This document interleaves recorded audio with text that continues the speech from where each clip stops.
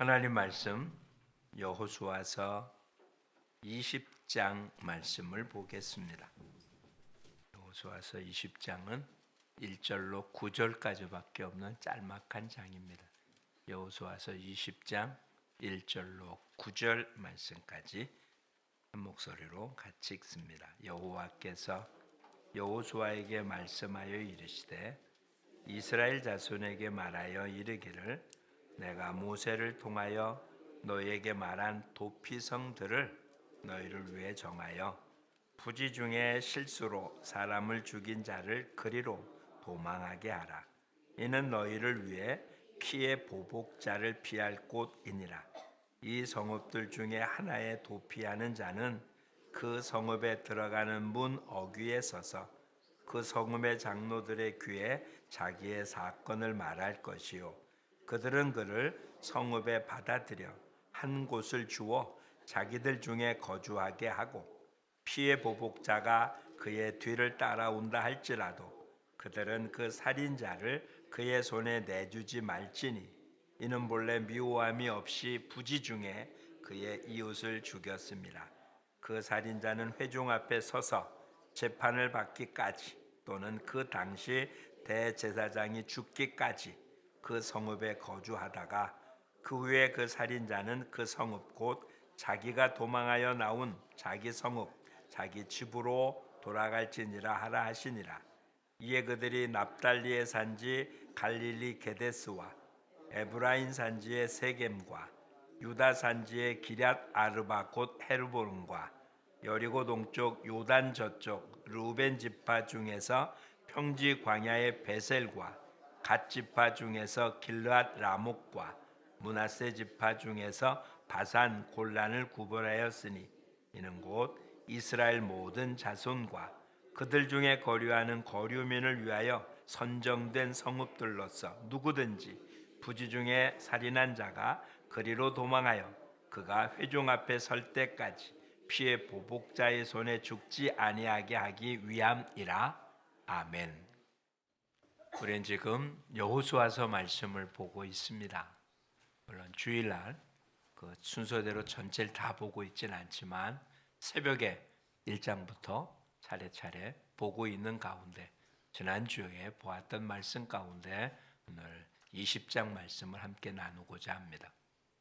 여호수아서는 크게 네 가지의 중요한 단어가 있습니다. 기억해 두시기 바라요. 우리의 신앙생활 속에 필요한 네 가지의 큰 명령형입니다. 그 첫째가 건너라입니다. 즉 하나님이 약속한 땅은 요단강을 건너가야 되거든요. 우리 앞에 놓여 있는 이런 모습을 건너야죠. 애굽에서는 홍해를 건너왔어야 됩니다. 그리고는 또 그 다음 세대들은 요단강을 건너야 되는 거죠. 근데 그것을 자기 힘으로 건너지 않습니다. 배를 타고 간다든지 뭐 어떤 방법이 아니라 하나님의 은혜의 방법으로 그것을 건너가야 되죠. 누구도 하나님의 은혜 없이 하나님 약속의 땅에 발을 디뎌놓을 수는 없습니다. 두 번째 중요한 키 단어는 그것을 차지하라, 싸우라라는 겁니다. 하나님 약속한 땅은 비어있는 땅이 아니라 가나안 족속들이 이미 살고 있는 땅입니다. 저와 여러분이 하나님의 자녀가 되는 순간 우리 안에는 이미 옛사람, 옛 성품, 죄악이 존재하고 있었던 것처럼 우리는 예수 믿으면 그냥 저절로 깨끗한 자가 된 게 아니라 우리에 있는 옛 성품들 하나하나 버리고 이기고 싸워서 점령해야 되는 것입니다. 그래서 여호수아에서의 대부분이 전쟁 이야기죠. 여리고성 전투, 아이성 전투, 남쪽 지방의 연합 지방들과 북쪽 지방에 몇 년이 걸쳤는지 연도는 써 있지 않지만 오래되었다라고 할 만큼 계속 싸워야 합니다. 지금 우리들도 마찬가지죠. 그렇게 전쟁이 끝난 다음에는 이제 분배를 했어요. 10지파에게 땅을 골고루. 땅을 분배하는 것은 뭐 누가 더 좋은 자리를 차지하냐가 아니라 제비를 뽑았습니다. 그러니까 좋고 나쁘고를 자신들이 정하거나 혹은 이 전투에서 누가 더 공과가 더 많냐 그래서 공을 많이 세운 자에게 좋은 땅, 많은 땅을 준 게 아니라 그 지파의 숫자가 많은 지파는 땅을 넓게, 좀 적은 자는 적게, 이렇게 해서 어느 곳이 되었던 제비를 뽑습니다. 오늘 우리들에게 주어진 여러분의 지경도 어떤 사람은 경제적인 넉넉함이 있고 어떤 사람은 경제적으로 어려움을 당하기도 합니다. 어떤 사람은 가정의 숫자가 많은 가정이 있고 어떤 가정은 도대체 그 숫자가 늘지 않은 그런 모습도 있습니다. 어떤 신앙의 사람은 편안한 모습, 좋은 환경이 되면서 어떤 사람은 힘들고 어려운 상황이 있습니다. 그것이 우리 각자의 어떤 능력의 차이일까? 아니요. 주님 그렇게 하지 않는 거예요. 제비 뽑은 거예요. 제비는 우리가 뽑지만 제비의 끝은 하나님이 잡고 있습니다. 어느 사람에게는 5달란트를, 어느 사람에게는 2달란트를, 어느 사람에게는 1달란트를 나눠주는 것은 하나님의 뜻대로 이루어진 거예요. 많이 받은 자가 더 많은 것이 아니라 오히려 반대로 많이 받은 자는 하나님께 많은 걸 드리도록 돼 있는 거지 어떤 모습이 아닙니다. 지금 주어진 모습에서 5달란트 받은 자는 5달란트 받은 만큼 일하고 1달란트 받은 자는 1달란트 받은 만큼 일하면 되는 거지 비교 평가할 필요가 없어요. 그래서 나누어라. 마지막은 그렇게 얻어진 모습은 주를 섬김으로 주어지는 거예요. 마지막 부분입니다. 아직도 우리 이번 한 주간 동안 봐야 될 부분이 그런 부분입니다. 이렇게 주어진 여호수아서의 내용 속에서 이제 요단강을 건넜고 전쟁을 했고 그 다음에 분배를 다 했습니다. 분배를 다 한 맨 마지막에 한 모습이 오늘 우리가 본 본문이에요. 다른 지파는 다 땅을 주었는데 레위 지파는 기업을 주지 않았어요. 기업이라는 게 땅입니다. 땅. 그 이유는 레위 지파는 하나님의 일을 하는 사람으로 다른 사람들이 낸 11조를 가지고 레위 지파 사람들 살아가게 돼요. 그리고 레위 지파 사람들은 다른 지파처럼 어느 한 지역에 몰려 있는 게 아니라 레위 지파 사람들은 이 12지파에 골고루 흩어져서 그곳에서 하나님의 일을 감당하도록 하는 것입니다. 레위 지파는 하나님이 기업이었어요. 그러니까 이 땅의 기업은 주어지지 않아요. 그 대신 그들이 살 성, 그리고 소 양을 먹일 들판만 주었을 뿐 땅 자체를 준 적이 없습니다. 근데 하나님께서 그렇게 분배를 한 얘기가 지금 20장에 기록이 되고 있는 20장과 21장에 기록되는데 20장에 레위 지파 사람의 땅을 분배하기 전에 그 성읍을 알려주기 전에 이미 모세를 통해서 알려준 것, 너희가 얻을 땅에 가면 도피성을 정하라 라고 해요. 그래서 도피성 6개를 주는데 하나님의 율법은 누군가에게 해를 끼치면 해를 끼친 것만큼 가해자에게 피해자가 할 수 있습니다. 그게 우리가 잘 아는 눈에 눈, 귀에는 귀라는 거잖아요. 내가 당한 만큼 베푸는 것이, 해주는 것이 율법이에요. 그러니까 누군가가 살인을 했다면 그 살해를 당한 그 가족 중에서 그 살인한 사람, 가해자에게 똑같이 살인을 해도 그것은 율법을 어기는 게 아니에요. 당연히 그렇게 해야 되는 거예요. 오늘 본문 속에 이것을 피해 보복자라고 돼 있어요. 그게 고엘이에요. 고엘. 피해 보복자가 자기의 손해 받은 것만큼 행해야 되거든요. 근데 문제는 오늘 본문에 나온 것처럼 고의로 그런 게 아닌 거예요. 죽이려고 한 게 아니라 우리로 얘기하면 사고에 의한 거예요. 그렇게 사고로 인한 사람이 살인을 했는데 그 피해자가 자기는 그렇게 했으니까 중에 가족 중에 누구 하나가 그렇게 고의로 살해한 사람, 그러한 실수를 한 사람들을 죽인다면 그렇다면 그렇게 죽인 당한 또 가족이 이쪽 가족에 또 해야 되는 계속 피해 보복의 사건이 반복될 거잖아요. 그래서 하나님이 만들어 놓은 것이 도피성이라는 거예요. 그래서 그 성에 들어가 있는 한은 피해 보복자가 그를 손댈 수는 없어요. 물론 그 안에 들어가는 사람은 고의로 살인하지 않았다는 것을 증명해야 되지만 어쨌든 그 성 안에 들어가면 그는 그 성에 모두 6개가 있어요. 오늘 본문에 의하면 2절에 뭐라고 말하고 있습니까? 모세를 통하여 너에게 말한 도피성, 하나님이 말해준 거예요. 도피성을 마련하라. 그리고 부지 중에 실수로 사람을 죽인 자는 그 성에 들어가기 전에 자기가 이런 일을 이렇게 했다라고 말하면 그 성에 들여놓게 되고, 그러면 피해 보복자는 그 성에 들어갈 수가 없습니다. 거기서 나올 수 있는 것은 두 가지가 있다고 오늘 기록하고 있어요. 첫째는 재판을 해서 무죄라는 것이 되면, 그러면 피해 보복자가 손대지 못해요. 아니면 그 당시 대제사장이 죽으면 그는 다시 자기 고향으로 돌아갈 수 있습니다. 자, 우선 여기까지 생각해 보고 하나 살펴보죠. 고의로 사람을 죽여도 사람을 죽인 거잖아요. 근데 피해 보복자로부터 보호는 받을 수 있어요. 도피성에 도망가면. 그 대신 그 성 밖으로 나갈 수는 없어요.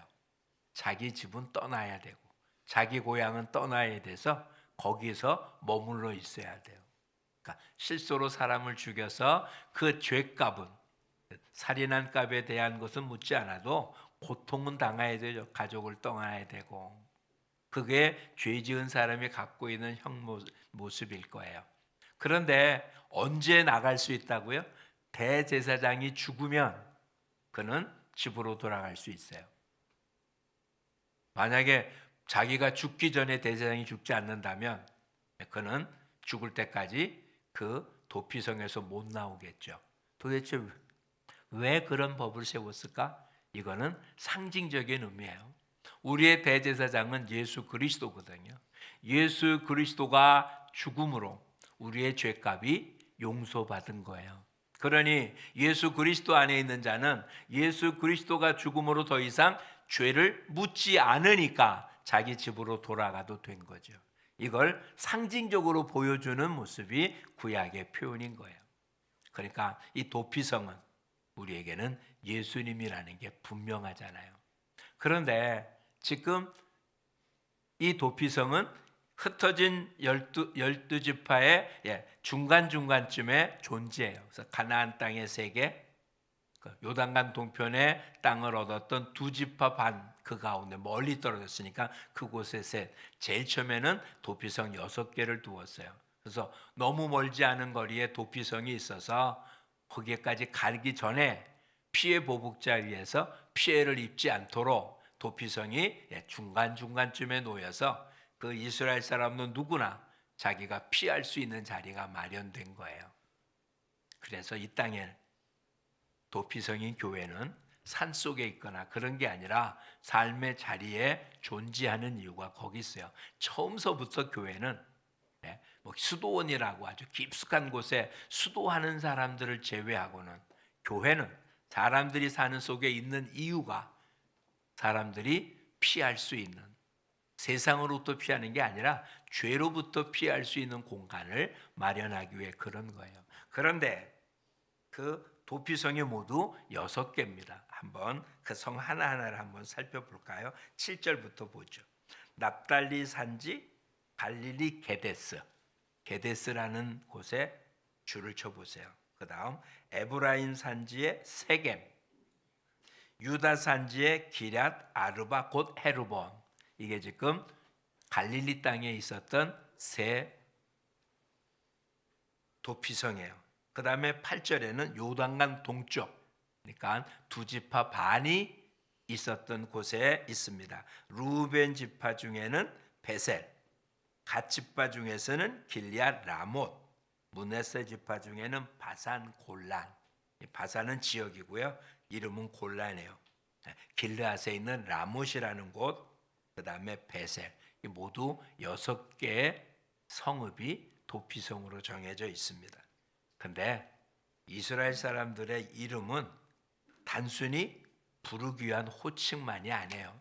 그 이름의 뜻이 그곳에 중요한 의미를 담고 있어요. 그래서 오늘은 하나님께서 도피성을 주신 이유, 또 도피성으로 삼은 6 성읍의 이름이 우리에게 지금 도피성의 뜻을 가르쳐주고 있으니까 오늘 아침은 이 말씀을 살펴보려고 합니다. 첫 번째가 어디라고요? 게데스라고. 게데스. 게데스라는 말의 뜻은 거룩한 곳이라는 곳입니다. 근데 거룩한 곳에 누가 피합니까? 살인자가 피하는 거예요. 원래는 거룩한 곳에 누가 들어가야 됩니까? 거룩한 자가 들어가야 되잖아요. 그래서 하늘나라는 거룩한 곳이니까 거룩하지 않은 사람은 아무도 못 들어가잖아요. 그렇죠? 그런데 이 게데스에 누가 피한다고요? 추한 자가, 죄 지은 자가. 그럴 수 있는 유일한 곳은 예수 그리스도밖에 없는 거예요. 그래서 주님 뭐라고 말씀하십니까? 내가 곧 길이요 진리요 생명이라고요. 천하 인간에게 구원 얻을 만한 다른 이름을 주신 적이 없다. 병에 낫고 안 낫고, 물질의 자유를 얻고 안 얻고, 또한 세상 권력 앞에 편안함을 누리고 고통을 누리고, 이것도 우리의 삶 속에 아주 중요한 문제입니다. 근데 그보다 진짜 중요한 문제는 지옥 가냐 안 가냐잖아요. 우리의 죄 문제를 해결할 수 있냐 없냐가 문제죠. 건강하고 물질이 있고 세상이 편안하고 삶이 좋은 것은 육신을 갖고 있는 동안은 그것이 훨씬 더 좋죠. 그렇죠? 평생 아프지 않고 물질에 제한받지 않고 이 땅의 사회제도나 이런 것에 아무런 어려움이 없다면 얼마나 편안한 삶이겠어요. 근데 한 번 죽는 건 사람에게 정한 것이고 그 다음에 심판이 있는데 그 심판이 추한 자가 가야 되는 지옥이라면 이 땅의 100년이 영원한 세계의 지옥의 모습을 본다면 이 땅 100년을 편하게 살려고 영혼을 지옥에서 살 수는 없잖아요. 그래서 주님이 이 땅에 피난처 되시고 우리에게 놀라운 모습의 도피처가 되시기 위하여 이 땅에 오신 거예요. 누가 오도록? 추한 자가 오도록. 거룩한 자가 오는 게 아니에요. 그래서 주님 뭐라고요? 병든 자를 위해서 왔죠. 죄인을 불러 구원하러 오신 것이지 의인을 부르러 오지 않았다라고 말씀하셨어요. 근데 우리는 양심 있다고 뭐 때문에 못 온다고요? 죄가 많아서 못 온대요. 더러워서 목욕탕을 못 갑니까? 더럽기 때문에 목욕탕 가는 거잖아요. 안 그래요? 때가 없는데 뭐하러 목욕탕 갑니까? 아프기 때문에 병원 가는 거잖아요. 아프지 않으면 뭐하러 병원 갑니까? 안 그래요? 모르는 게 있으니까 배우러 가는 거잖아요. 다 알면 뭐하러 배우러 갑니까? 마찬가지죠. 의인이라면 뭐하러 주님이 필요하겠어요? 의인인데. 그렇죠? 근데 우리는 의인이 아니잖아요. 죄인이잖아요. 추한 자잖아요. 근데 죄인 추함을 씻을 방법이 없잖아요. 그렇다면 우리를 계속 쫓아다니는 자가 있는 거예요. 사단이 우리를 계속 쫓아다니죠. 자기들이 가야 할 지옥에 자기만 가기 어려워서 우리가 잘 아는 물귀신 작전, 우리를 붙잡고 같이 가려고 애쓰잖아요. 근데 하나님 우리에게 추한 자가 올 수 있는, 추한 자인데도 올 수 있는 그런 놀라운 도피처를 마련해 줬어요. 게데스. 그러니 그곳이 하나님의 도피처가 돼서 그곳에 피한 자마다 용서를 받고 살아갈 수 있어요. 세상에 있지만 세상에서 도피할 수 있는 건 눈에 보이는 성 안이 아니라 예수 그리스도 안에 있으면 보호를 받는 거예요. 이 도피성에서 벗어난 자는 누구도 돌봐주지 않아요. 그러니까 예수님의 도피성 안에 들어와 있는 자는 예수님 바깥에 나가면 돌봐주지 못해요. 예수님 안에 있을 때. 그렇죠? 그래서 주님 뭐라고요? 내 안에 거하라고. 주님 그렇게 말씀하신 거예요. 교회 안에 있는 게 아니고요. 예수님 안에 있으면 돼요. 어디에 있든지. 이해하시겠습니까? 두 번째는 세겜이라는 곳이었어요.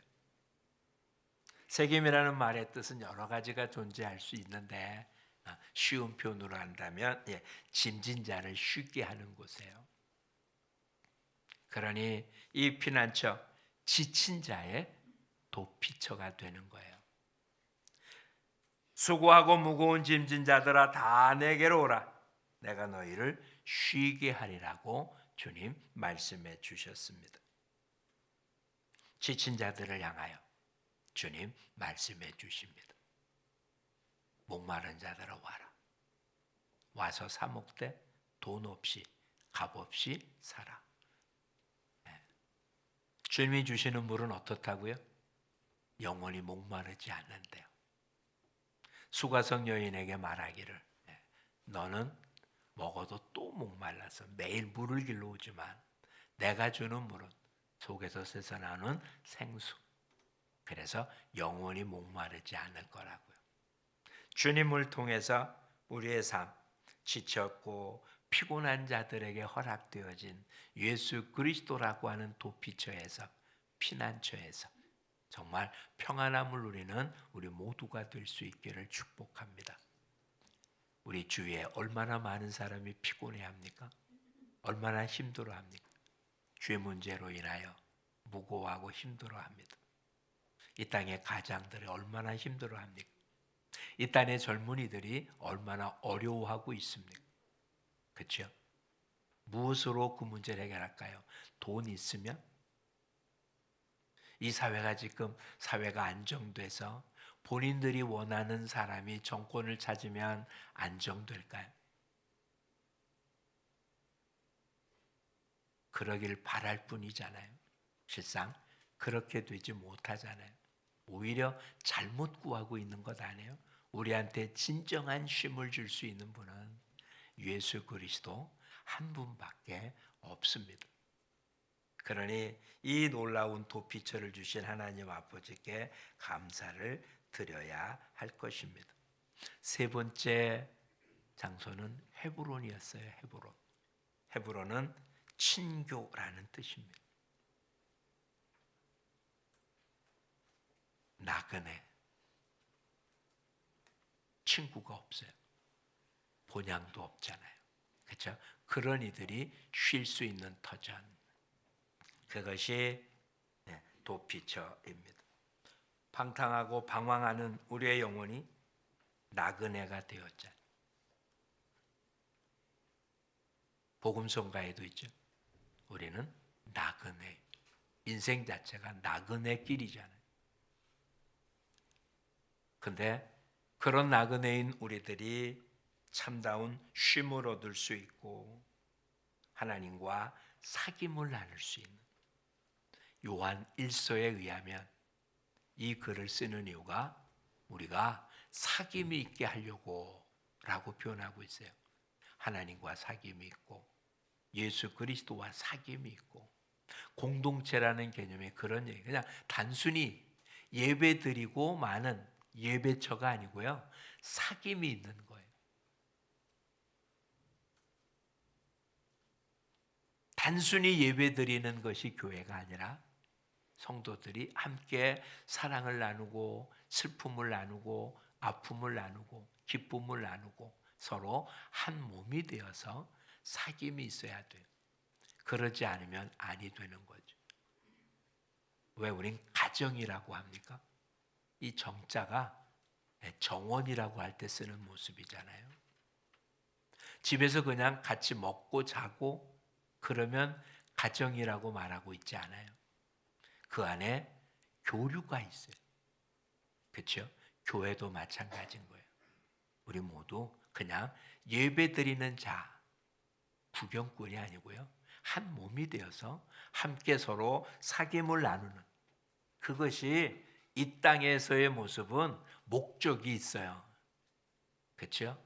다가온 사람들이 잘 해줘도 목적이 있어요. 물건을 팔려고 한다든지 뭘 자기를 홍보하든지 선거철이 되면 표 하나 얻으려고 하는 수없이 많은 목적이 있어요. 근데 우리는 그런 목적 때문에 모인 게 아니라 그리스도라고 하는, 예수라고 하는 피난처에 모인 것은 예수님을 통해서 서로 교류를 나누기 위함인 거예요. 서로 다르잖아요. 서로 다른데 어떻게 형제가 될 수 있습니까? 피를 나눈 형제가 아니잖아요. 혈육이 아니잖아요. 그런데 우리는 예수 그리스도의 보혈의 피로 씻음 받은 새로운 피조물이라서 한 형제, 한 가족이 된 거예요. 그러니 이제는 그리스도 안에 있다는, 그리스도의 피난처에, 도피처에 있다는 얘기는 서로 교류를 나누고 교통을 하고 서로 나누는 것입니다. 사도신경을 한번 생각해 보세요. 성령을 믿사오며 거룩한 공회와 성도가 서로 교통하는 것과 이것을 믿는데요. 성도는 따로따로 존재하는 개체가 아니고요. 그리스도를 머리로 하는 한 몸인 거예요. 어떤 이는 손, 어떤 이는 팔, 어떤 이는 발, 어떤 이는 몸. 다 다른 은사와 모습을 가진지 몰라도 머리 대신 주님으로부터 한꺼번에 움직여지죠. 머리가 명령하는 대로 움직여지는, 똑같이 움직이진 않습니다. 걸을 때 생각해 보세요. 오른발이 앞으로 나가면 왼팔이 앞으로 나가고요. 왼발이 앞으로 나가면 오른팔이 앞으로 나갑니다. 같이 움직이지 않아요.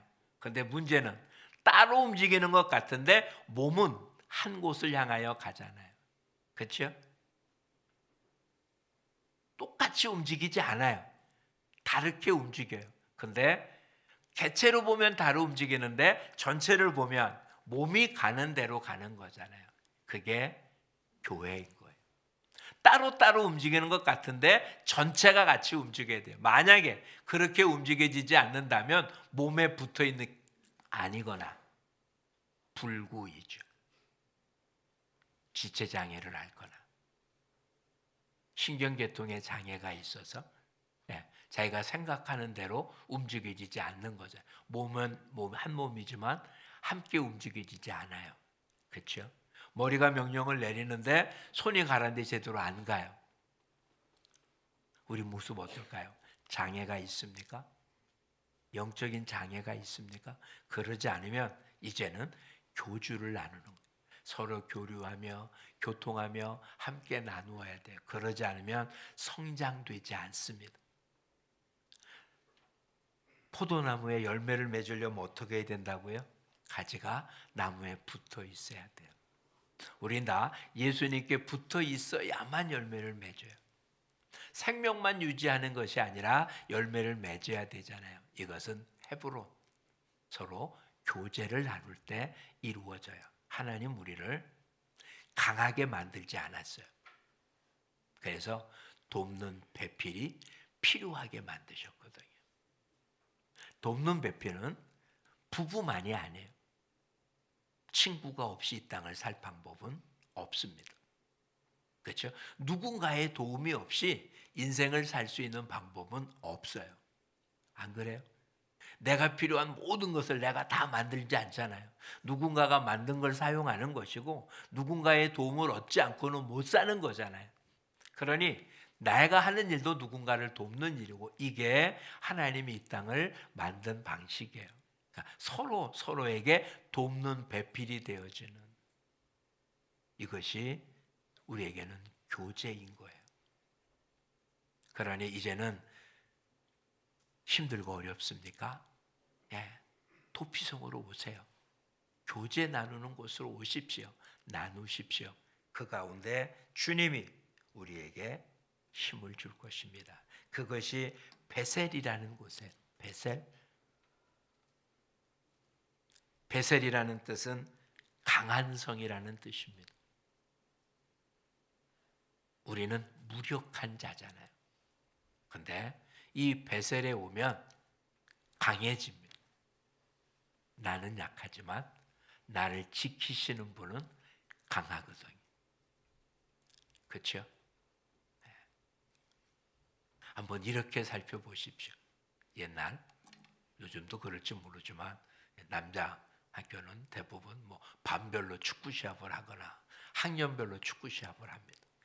보통 반별로, 옛날에는 숫자가 많았으니까 반별로 축구 시합을 한다고 해봅시다. 그러면 운동장에 나간 사람은 11명이 뛰고 후보가 있어봐야 한 15명이 선수입니다. 나머지는 응원만 하는 거잖아요. 다른 반 친구들은. 근데 정말 그 학교에서 가장 약한 자, 건강의 모습에 가장 약한 자가 속해 있는 반은 집니까? 아니요. 상관없잖아요. 왜? 그 아이는 운동장에서 안 뛸 거거든요. 비록 가장 약한 자가 있는 반인데도 11명이 선수 출신이라면 시합에 우승할 거예요. 그러면 우승은 11명이겠지만 그 반 전체가 우승한 반이 되는 겁니다. 상은 우승한 반 전체가 다 받는 거죠. 안 그래요? 요즘 동계올림픽 중입니다. 다른 건 하나도 모르겠는데 우리나라 제일 잘하는 셔틀 스케이팅은 보잖아요. 이거 뭐 계주가 있어요. 남자 같은 5,000m 계주, 여자 같으면 3,000m 계주. 그 시합에 나오는 선수들은 4명입니다. 또 요즘에는 혼합 계주라고 그래서 남자, 여자 2명씩 하는 계주가 있죠. 4명이에요. 근데 나중에 메달 받을 때 보십시오. 여자 3,000m 단체잖아요. 계주를 했는데 메달 받을 때 몇 명 나옵니까? 6명 나와요. 시합에 나온 사람은 4명인데 중간에 바꿀 수도 있고 그래서요. 후보까지 한꺼번에 대처음에 등록할 때 6명을 등록하거든요. 6명이 다 받아요. 2명은 뛰지도 않았는데 메달을 받아요. 그게 단체예요. 교제를 나눈다는 얘기는 나는 약하지만 강한 성향에 있으면 나는 강한 편에 속한 것가 되는 거예요. 그럼 여러분은 이 땅에 어디에 속하겠습니까? 강해 보이지만 실상은 약한 골리앗이 그런 거잖아요. 진짜 강해 보이잖아요. 남들보다 훨씬 더 크고 엄청납니다. 근데 소년 다윗 앞에 여호와의 이름 앞에 무너져 버리잖아요. 누가 강한 자입니까? 그렇죠? 이제는 강한 성 되시는 예수 그리스도 안에 있으면 우리도 다 그냥 강한 자인 거예요. 그렇죠? 우리말로 정말 형편없는 개도 어디 가면 자기 집에 가면 30%는 따고 들어가는 거예요. 큰 소리 치잖아요. 주인이 있으면 큰 소리 친다니까요. 그렇죠? 오늘 우리들 나는 약하지만 나를 붙잡고 있는 예수 그리스도는 강합니다. 예수 그리스도를 이길 힘은 이 땅에 아무도 없습니다. 사탄조차도 주님은 그 머리를 짓밟으셨습니다. 그러니 그에게 피하면 우리는 그 강함을 누리게 됩니다. 아프십니까? 힘들고 고통스럽습니까? 이런 고통의 문제가 있기는 해도 도피성 안에 있는 한 누구도 손대지 못합니다. 강해지려고 애쓰지 마시고 강한 자이신 예수님에게 피함으로 예수님 안에 거함으로 강함을 누리는 우리 모두가 되기를 축복합니다. 하나님 우리를 강하게 만들지 않으셨어요. 그런데 아무리 강하려고 애써도 인생을 낭비한 것에 불과합니다. 그러니 강하려고 애쓰지 말고 주님과 함께 하려고 애쓰는 우리 모두가 되기를 축복합니다. 5번째가 라못이라는 곳. 길르앗 라못. 이것도 고귀한 곳이라는 거예요. 우리는 절망이잖아요. 근데 하나님은 우리의 희망이십니다. 우리는 꿈을 꾸고 살지만 그 꿈을 이루는 건 극히 드뭅니다. 그렇죠? 근데 하나님은 약속하신 것을 반드시 이루십니다. 그러니 나의 꿈이 아니라 하나님이 내게 준, 그래서 주님 우리에게 가르친 기도 가운데 뭐라고요? 하나님의 뜻이 하늘에서 이루어진 것처럼 이 땅에서도 이루어지기를 기도하라고 합니다. 근데 하나님의 뜻이 이루어지는데 누구를 통해서? 나를 통해서 이루어지기를 원합니다 라고 기도하라고 알려준 거예요. 그러니까 우리는 이 땅에서 하나님의 뜻을 이루는 사람들이라고요. 근데 힘이 없잖아요. 그러니 그리스도 안에 있으면 우리는 새로운 희망을 가질 수 있습니다. 모든 산이 물에 가득 찬 노아의 홍수 때 하나님은 방주를 통해서 모든 것 위에 뜨게 만들어서 생명을 구하십니다. 그렇죠?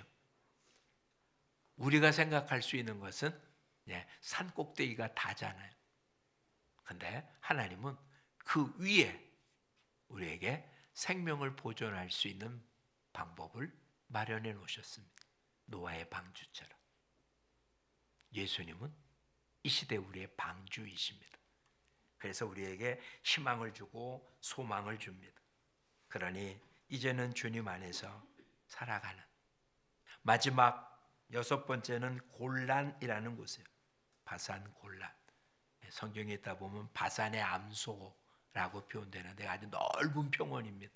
그래서 지금도 목축업을 잘하는 들판에 쓴 풀밖에 없는 곳이거든요. 그래서 그것이 아주 부유하다고 표현됐는데 골란은 선별된 곳입니다.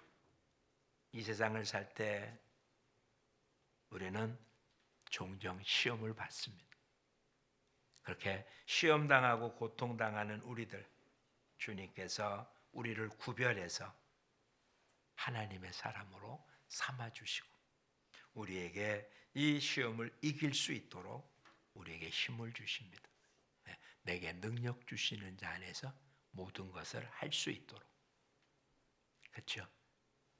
그리고 감당할 수 없는 시험은 주시지 않았어요. 그러니까 우리 앞에 있는 문제는 해결할 수 있습니다. 해결할 수 없는 문제는 내게 준 문제가 아니에요. 그러니까 피해가면 돼요. 아니면 내게 주어진 문제는 다 풀 수 있어요. 그냥 누워 떡 먹기식으로 하려는 얘기는 아니에요. 힘들고 어려울지 몰라도 해결할 수 있습니다. 그러니 주님과 함께 이 일을 해결하고 나가는 우리 모두가 되어야 될 것입니다. 다시 한번 살펴보죠. 우리에게는 뭐가 있다고요? 도피성이신 예수 그리스도가 있습니다. 우리가 주님을 찾아온 게 아니고요. 여호수아서에 기록되어진 도피성, 이스라엘 땅에 주어진 도피성은 살인자가 그 도피성을 찾아가야지 돼요. 그런데 우리의 진정한 도피성인 예수님은 예수님이 우리를 찾아오신 거예요. 우리가 문을 두드리기 전에 주님이 우리를 찾아오셨어요. 그리고 이 당시의 도피성은 고의로 살인을 죽이지 않았은 사람만 그 안에 피할 수 있어요. 자기가 일부러 미워서 사람을 쳐 죽였다면 그 안에 들어갈 수 없었다고요. 그런데 예수 그리스도의 도피성은 이 땅에서 어떤 모습이었든 자기 잘못을 자백만 하면 누구나 들여주는 그런 곳이에요. 그리고 여호수아서에 기록되어 있는 도피성은 지역적으로 한정적인 모습으로 살 수밖에 없었어요. 그 성을 벗어나면 안 되니까. 그런데 예수 그리스도의 도피성은 이 땅에 아무런 제한적 조건이 없어요. 우리가 사는 곳 자체가 다. 그 대신 조심할 게 있어요. 이 당시의 도피성은 레위 사람이 살고 있으니까 나름대로 세상보다는 거룩했어요. 또 여기는 경쟁해야 될 필요가 없잖아요. 왜? 이들은 산업을 가지고 살지 않았거든요. 다른 지파 사람들이 낸 11조 갖고 살았으니까 그냥 그것으로 골고루 분배하면 됐어요. 뭐 수고하고 애써서 내가 더 많이 생산하거나 그래야 될 일이 없었으니까 그 안에 굉장히 편안했을 거라고요. 그런데 우리는 이런 지역적인 모습이 아니고 우리 눈에 보이는 건 수없이 세상의 악한 것들과 그리고 오히려 선하게 살면 손해보는 그런 것만 경험하는 세상에 사니까 오히려 한정적인 곳에 모아진 것보다 더 힘들 수는 있지만 그러나 우리에게는 여기에 한 가지 더한 것이 있어요. 우리에게는 내주하고 계시는 성령님이 존재한다는 거예요. 그러니 비록 세상에 있지만 우리는 예수 그리스도라고 하는 도피성 안에 존재하는 자들이고 능력 주시는 자 안에서 뭐든지 할 수 있는 그런 모습입니다. 우리가 주님을 떠나지만 않는다면 주님은 우리를 늘 강한 손으로 붙잡아 주시고 우리와 교제하시고 우리를 지켜주시고 우리에게 쉼을 주시고 우리에게 행복을 주십니다. 주님을 떠나지 말기를 축복합니다. 마지막 때 믿음을 보겠느냐고 주님 탄식하셨어요. 어려워지고 힘들어지면 주님을 붙잡아야 되잖아요. 근데 이 땅에 있었던 여러 모습들을 통해서 힘들어지면 주님을 붙잡다가 더 힘들어지면 놔요. 그리고 정말 밑바닥까지 떨어지면 그때 부르짖어요. 올해 우리의 삶, 지금의 모습도 힘들고 어렵고 고통스럽잖아요. 이 문제를 해결하려고 다른 거 붙잡지 말고 우리의 도피성, 피난처 되시는 주님만 꼭 붙잡고 주니시는 진정한 평안과 성공의 삶을 누리는 우리 모두가 되기를 축복합니다. 내게는 뭐가 있다고요? 영원한 도피성 되시는 주님이 있습니다. 사단이 어떻게 유혹한다 할지라도 세상에서 우리를 더 좋은 곳으로, 더 잘된 곳으로, 더 편안하게 하겠다고 아무리 유혹한다 할지라도 내게는 주님이 계시다고 모든 걸 거절함으로 주님 주시는 진정한 생명과 복을 누리는 우리 모두가 되기를 축복합니다. 기도하겠습니다. 참 좋으신 아버지 고맙습니다.